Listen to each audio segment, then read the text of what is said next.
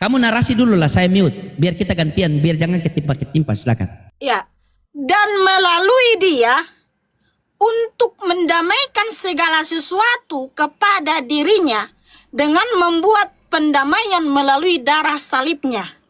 Melalui dia, baik hal-hal yang ada di atas bumi maupun hal-hal yang ada di dalam surga. Nah, kalau kita baca mulai dari ayat 16 sampai 19, dialah sang pencipta segala sesuatu. Dia sendiri ada sebelum segala sesuatu. Dan segala sesuatu terkandung dalam dia. Dialah kepala tubuh, yaitu gereja. Dialah yang pertama bangkit dari antara orang mati. Sehingga dia memenuhkan segala sesuatu. Dan dengan darahnya sendiri, dia mendamaikan segala sesuatu. Baik yang ada di surga maupun yang ada di atas bumi dengan darah salibnya. Artinya, Yeshua adalah Yahweh yang Echad. Dia maha segalanya.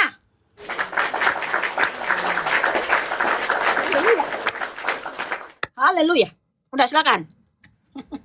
Oke, di mute ya. Ya itulah teman-teman tadi ya. Saya hanya mencoba berperilaku sebagaimana dia berperilaku ketika berdiskusi sama kita. Oke, saya tarik ulang. Padahal mudah teman-teman untuk memahami Bible ini mudah. Ini paham saya ya. Kalau salah paham saya tolong Mikana luruskan karena ini hak mereka ya.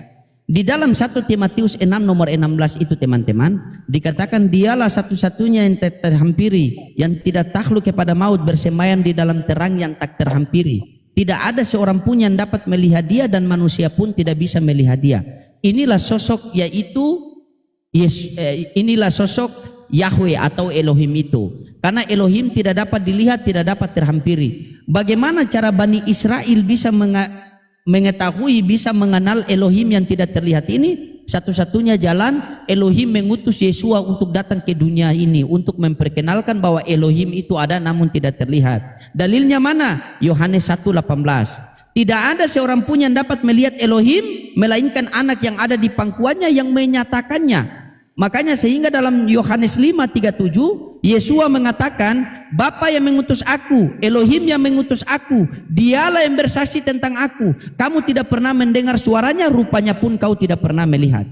Kalau kita tanya kepada Yeshua, Yeshua untuk apa kamu diutus ke dunia ini? Yohanes 3:3-4. Siapa yang diutus oleh Elohim, maka dia menyampaikan firman Elohim. Apakah Yeshua menyampaikan firman Elohim? Jawabannya di Yohanes 17:8. Sebab segala firman yang Elohim berikan kepadaku telah aku sampaikan kepada mereka. Dan mereka telah menerimanya. Dan mereka benar-benar tahu bahwa aku datang daripadamu. Dan mereka percaya bahwa engkaulah yang telah mengutus aku. Ini pemahaman secara logika. Kalau pemahaman secara logila, wallahu alam bisawab. Itu masing-masing. Ya. Nah, karena kenapa? Karena tadi yang Mikana baca dari Yohanes 12:49 sampai 50 di situ sudah jelas. Nih, saya baca ulang ya. Yohanes 12:49 sampai 50. Sebab aku tidak berbicara dari diriku sendiri, kata Yeshua, melainkan dia ini siapa? Dia ini Elohim yang telah mengutus aku.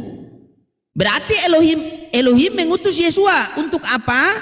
Nih, melainkan dia yang telah mengutus aku. Bapa sendiri telah memberikan perintah kepadaku. Berarti Yeshua ini diperintahkan oleh Bapa untuk datang ke dunia, menyampaikan kabar gembira kepada orang-orang Bani Israel.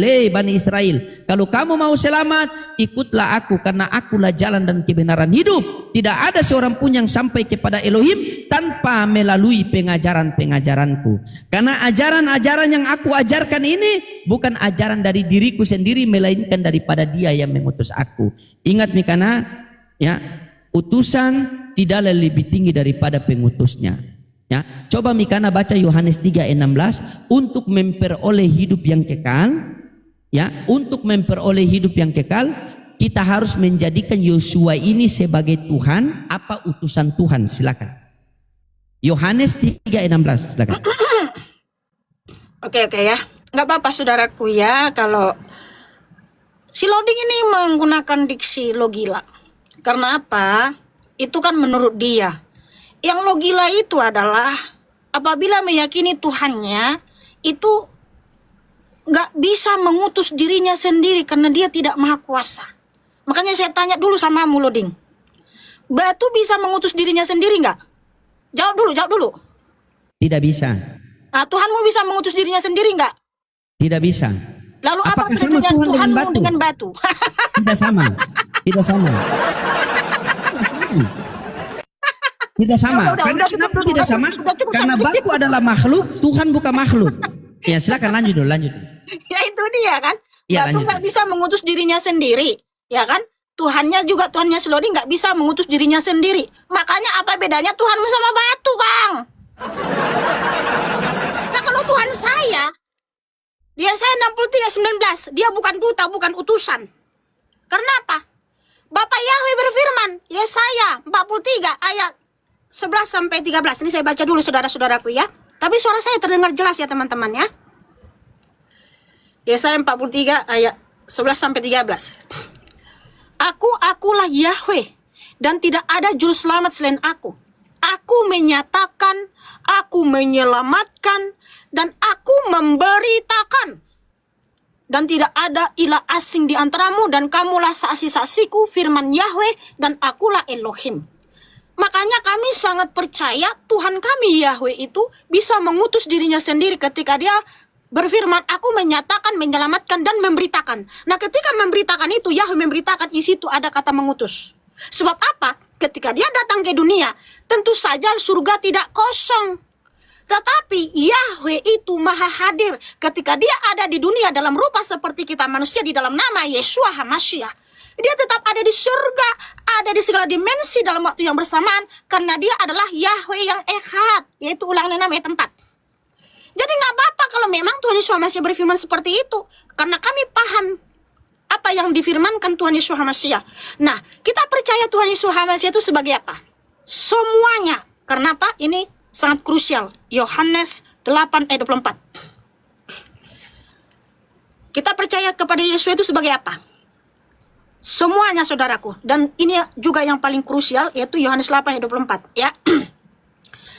Oleh karena itu, aku berkata kepadamu, bahwa kamu akan mati dalam dosa-dosamu, sebab jika kamu tidak percaya bahwa akulah dia, maka kamu akan mati dalam dosa-dosamu.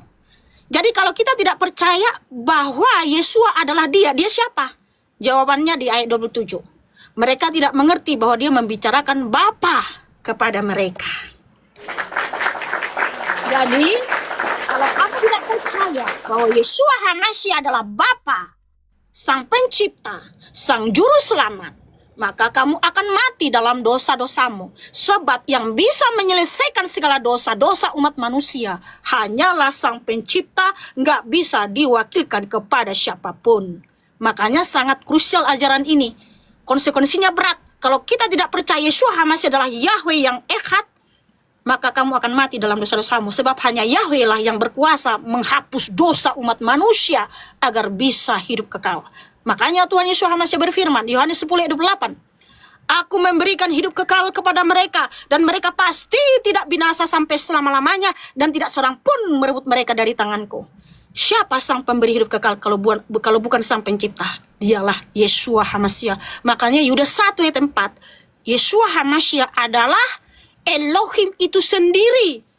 2 Tesalonika 2 ayat 16. Yeshua HaMashiach adalah Yahweh, Elohim dan Bapa. Wow, haleluya, haleluya. Terima kasih Tuhan, aku makin cinta kepadamu. Sudah? Sudah boleh gantian? Nah, silakan di mute dulu Mikana ya. Ini masih gigi 1 dulu ya. Jangan, soalnya semalam itu gigi 4 langsung di kick itu. Kita pelan-pelan. Minum. Ya. Nah inilah, ini entah bukan tidak jujur ya, atau takut mau diberitakan, atau memang sengaja disembunyikan. Ketika kamu membaca tadi, akulah dia, seakan-akan kamu pengen merujuk bahwa akulah dia, yaitu Yeshua itu adalah Elohim itu sendiri. Lupakah kamu di nomor 16? Ku baca nomor 16. Dan kalaupun aku menghakimi, penghakimanku itu benar. Karena aku tidaklah seorang diri, kata Yeshua nih, melainkan aku dan Bapa yang mengutus aku. Utusan lagi. Orang yang berakal pasti berpikir, utusan bukanlah pengutus dan pengutus bukanlah utusan. Mikana tadi mengatakan begini, Loading, Tuhanmu bisa bisa mengutus dirinya sendiri atau tidak? Tidak bisa. Batu bisa mengutus dirinya sendiri atau tidak? Tidak bisa. Berarti sama tidak Tuhanmu dengan batu? Kalau menurut Al-Quran tidak sama. Karena batu adalah makhluk, sementara Allah bukanlah makhluk. Karena kenapa? Di dalam Asy-Syura ayat 11 dikatakan, dalam Asy-Syura ayat 11, Allah tidak serupa dengan makhluk. Jadi tidak sama. Nah, kalau berbicara masalah batu, sengaja saya tidak mau apa sih, tapi cuma karena Mikana sudah korek ke situ, ya saya mau tanya simpel sama Mikana dulu. Jujur saja, jujur, kita butuh jujur ya. Dia adalah batu, dia ini siapa Mikana?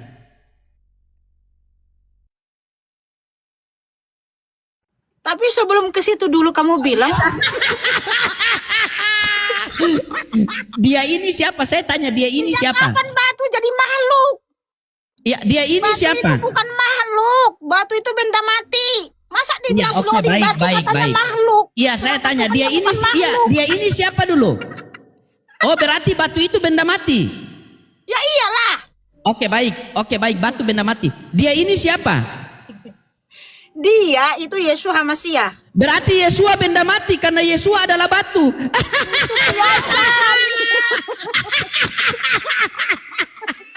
Berarti Yesua benda mati. Itu kiasan. Pantas mati. Sabar. Sabar. 11 itu adalah Iya, sabar. Nanti kamu jelaskan. Saya tidak akan framing kok. Saya cuma ikut cara kamu bagaimana menghadapi saya. Maka saya mau coba kasih naik sedikit bagaimana ketika saya mengkanter itu bahasa kamu. Oke. Nah, sekarang begini. Mikana, di dunia ini cuma ada dua, ada pencipta dan ada ciptaan. Pencipta tidaklah menjadi ciptaan dan ciptaan tidak mungkin menjadi pencipta. Ya, itu pemahaman akal waras. Makanya tadi saya bilang, kalau Anda berbicara agama, harus berbicara berlandaskan kitab suci. Entah Anda sembunyi atau tidak. Di sini sudah jelas mengatakan ada dua nih. Dan kalaupun aku menghakimi, penghakimanku itu benar karena aku tidak seorang diri melainkan aku dan Bapa yang mengutus aku. Berarti sudah jelas dalil-dalil lain mendukung. Di dalam Yohanes 14:1 di situ dikatakan begini Mikana, janganlah gelisah hatimu, percayalah kepada Elohim, percaya juga kepada Yesua. Ada dua yang harus kita percaya di situ. Percaya kepada Elohim sebagai apa? Sebagai Tuhan langit dan bumi. Dalilnya di Yohanes 11, di dalam Matius 11:25. Pada waktu itu berkatalah Yesua, aku bersyukur kepadamu Bapa, Elohim, Tuhan langit dan bumi. Berarti percaya kepada Elohim sebagai Tuhan langit dan bumi. Terus percaya kepada Yesua sebagai apa? Percaya kepada Yesua sebagai utusan Tuhan langit dan bumi. Datanya mana? Yohanes 11:42. Ya Bapa, aku tahu engkau selalu mendengarkan aku, tetapi di sekelilingi banyak orang ini, aku pengen agar mereka percaya bahwa engkaulah yang telah mengutus aku. Jikalau kita sudah percaya Elohim sebagai Tuhan dan Yesua sebagai utusan Tuhan, maka kita berhak memperoleh hidup yang kekal yang dijelaskan dalam Yohanes 17:3. Inilah hidup yang kekal itu, mengenal engkau satu-satunya Allah yang benar, mengenal engkau satu-satunya Elohim yang benar, dan mengenal Yesua Hamasiah adalah utusan. Kutanya sama kamu Mikana ya, tolong kamu jawab dengan jujur Mikana. Di dalam Yohanes 3:16 bunyinya seperti ini. Karena begitu besar kasih Elohim akan dunia ini, sehingga ia mengaruniakan anaknya yang tunggal, agar setiap orang yang percaya kepadanya beroleh hidup yang kekal. Saya mau percaya Yesua, saya percaya dia sebagai utusan Tuhankah, percaya dia sebagai Tuhan dan dalilnya mana, tanpa melibatkan Elohim. Bisa tidak? Bisa tidak? Mikana buktikan kepada saya bahwa Yesua Hamasiah adalah Tuhan tanpa melibatkan Elohim. Karena kalau Mikana mengatakan bahwa Yesua itu adalah Elohim dan Elohim itu adalah Yesua, berarti Elohim dengan Yesua ini satu sosok yang sama, namun hanya beda nama. Bisa panggil Elohim, bisa panggil Yesua, karena dia sama satu sosok. Begitu. Karena kalau merujuk kepada Yohanes 10:30, aku dan Bapa adalah satu. Berarti Yesua ini bisa juga dipanggil Elohim dan juga bisa dipanggil Yesua. Berarti ini cuma satu oknum tetapi dua nama. kamu mau panggil Elohim atau panggil Yosua, itu tetap orangnya satu. Nah, sekarang kamu kasihkan saya dalil, kita percaya kepada Yesua ini sebagai apa?